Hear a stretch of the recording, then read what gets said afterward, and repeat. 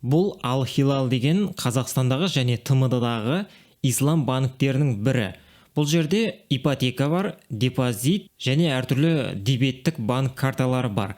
Қалай мысалға ипотекаға ешқандай процент төлемей алуға болады, қалай ипотека алуға болады және қандай депозиттер бар, оның басқаларының артықшылығы қандай, біз қарастырып көрейік. Бірінші әрине көбін қызықтыратын бұл жерде депозиттер. Енді бірінші ислам банкі деген не? Кейбір адамдар мысалы соны түсінбейді. Қарапайым банктің схемасы қандай? Ол жерде біз мысалға ақша сақтаймыз, қандай да бір банкте көбіміз қолданатын банктер бар. Ол банк сол ақшаны алады да басқа адамдарға кредит береді. Сосын сол кредит беру арқылы олар ақша табады. Ал ислам банктерінде ондай кредит берумен айналыспайды және депозиттерінің де жұмыс жасау принципі басқа. Ал ана банктерде конкретный бір процент бар, жылына мысалға 9%. Сол біздің ақшамызды алады да, олар 30%-бен, 40-50%-бен басқа адамға кредит беріп, үстінен 20-30% көреді. Және бізге 9%-ын бере салады. Бұл жерде басқаша.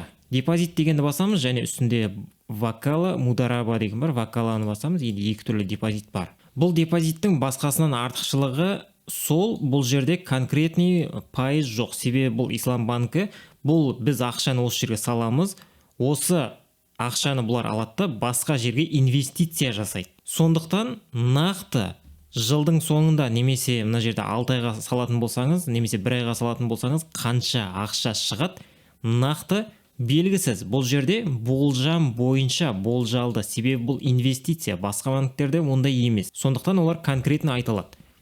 Бұл инвестиция түрінде, міне, егер теңге болса, ал егер доллар болған жағдайда, міне 1-1,5%, 24 айға 1,5%, доходыңыз примерно сондай.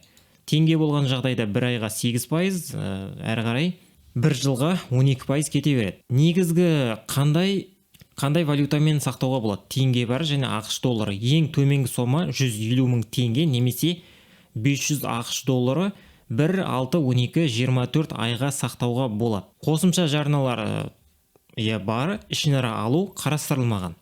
Енді келесі мудараба деген бар, бұның условиясы сәл басқаша. Бұл жерде доходыңыз көріп тұрғанымызда жаңаға қарағанда жоғары, ең төменгі сома дәл сондай 150 мың теңге және 500 ақш доллары. Депозит бойынша табыс бұл жерде ай сайын табыс. Қосымша жарналар қарастырылмаған және қаражатты ішінара алу бұл қарастырылмаған. Яғни ақша салдыңыз, ала алмайсыз уақыт аяқталғанша.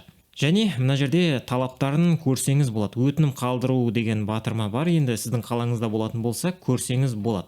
Бұл жарнама емес, бұл тек сондай банкке шолу жасау. Енді жеке клиенттерге дегенді басып, ипотека дегенді қарастырайық. Бұл ипотеканың басқасынан айырмашылығы, ешқандай егер төленбей қалған жағдайда, бұл жерде жаңадай штраф деген ақша салмайды, яғни штраф баспайды. Шарттарын қарауымызға болады. Алғашқы жарна минимум 30%, яғни мысалға мына жерде калькулятор бар.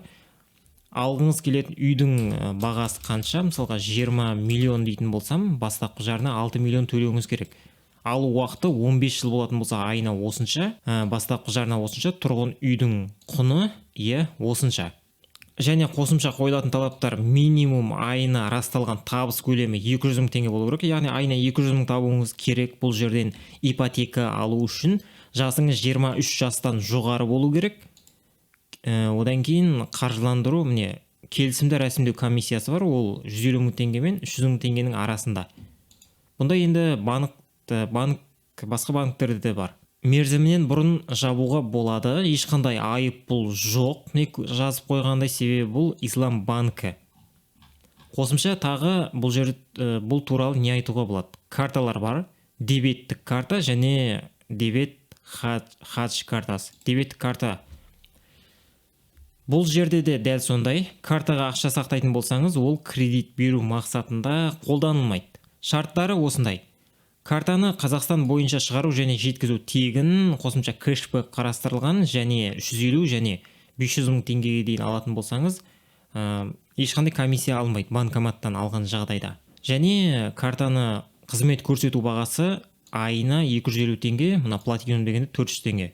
Бұларға тағы бір артықшылығы шектеу қойылған, яғни мына картаны алатын болсаңыз, осы картаны алатын болсаңыз, мынадай орындарда сіз онымен төлем жасай алмайсыз.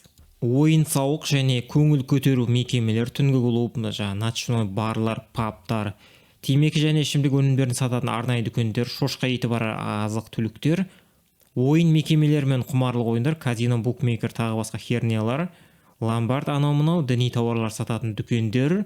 Енді осы чуть-чуть түсініктілеу, нақты по идее басқаша жаңағы діндердің сататын тауарлары, қару-жарақ дүкендері және шариғат бойынша шектеулер қойылған басқа да тауарлар мен қызмет түрлері. Сол бойынша төлем жасай алмайсыз. Одан кейін хадж картасы деген бар, сонда көрсеңіз болады. Тағы бар, бұл жерде интернет банкинг деген бар, минус туралы айта кетейік. Мына интернет банкингтің интерфейсі маған өте таныс. Кезінде Халық банкте шамамен бір 2018 жылы примерно осындай интерфейс болған. Бұл қолдануға бір қатты ыңғайлы дей алмаймыз. Яғни осындай программалық жабдықтама оларда болған. Бұл қолдануға қатты ыңғайлы емес, және бұлардың мобильді қосымшасы туралы мен еш жерден ақпарат көріп тұрған жоқпын. Мобильді қосымшаның болмауы бұл әрине проблема. Мысалға жаңағы картаны аласыз, қазір қай жерде мен өзім мысалға чисто картамен былай төлеп тұрған адам көрген жоқпын. Обычно телефонмен аударады. Номер бар, міне осы звондап көрсеңіз болады, немесе керек болса, иә. Бұл жағы әрине ойластырылмаған, өкінішке орай. Және интернет платформасы бар. Мына программа баяғыда Халық банкте осындай болған. Бұл қай қалаларда бар? Жаңа көріп тұрғанымыздай картаны жеткізу Қазақстан бойынша тегін, кейбір карталарда соны көрсеңіз болады. Және номер көрсетілген Шымкент, Орал, Семей, Ақтау, Алматы, Атырау. Жалпы номер бойынша осындай білуге болады екен. Біз осыған дейін таяп деген қосымша туралы айтқан болатынбыз. Енді осы немесе таяптың қайсысын қолдануға болады? Бұл жерде енді егер маған екеуінің біреуін таңда десе, мен таяпты қолданар едім. Неге? Себебі ол жерде мобильді приложениеге негізделген, мынадай тек қана веб-платформа емес, мобильді приложение арқылы жұмыс жасауға болады. Бірақ ол жерде байқағанымыздай мен ипотека дегенді көрген жоқпын, депозит дегенді көрмедім, және сол сияқты. Және доставка барлық қалаларда бар дей алмаймыз. Бірақ енді кішкене былай заманауи жағынан алғанда таяп қосымшасы кішкене былай алда тұр.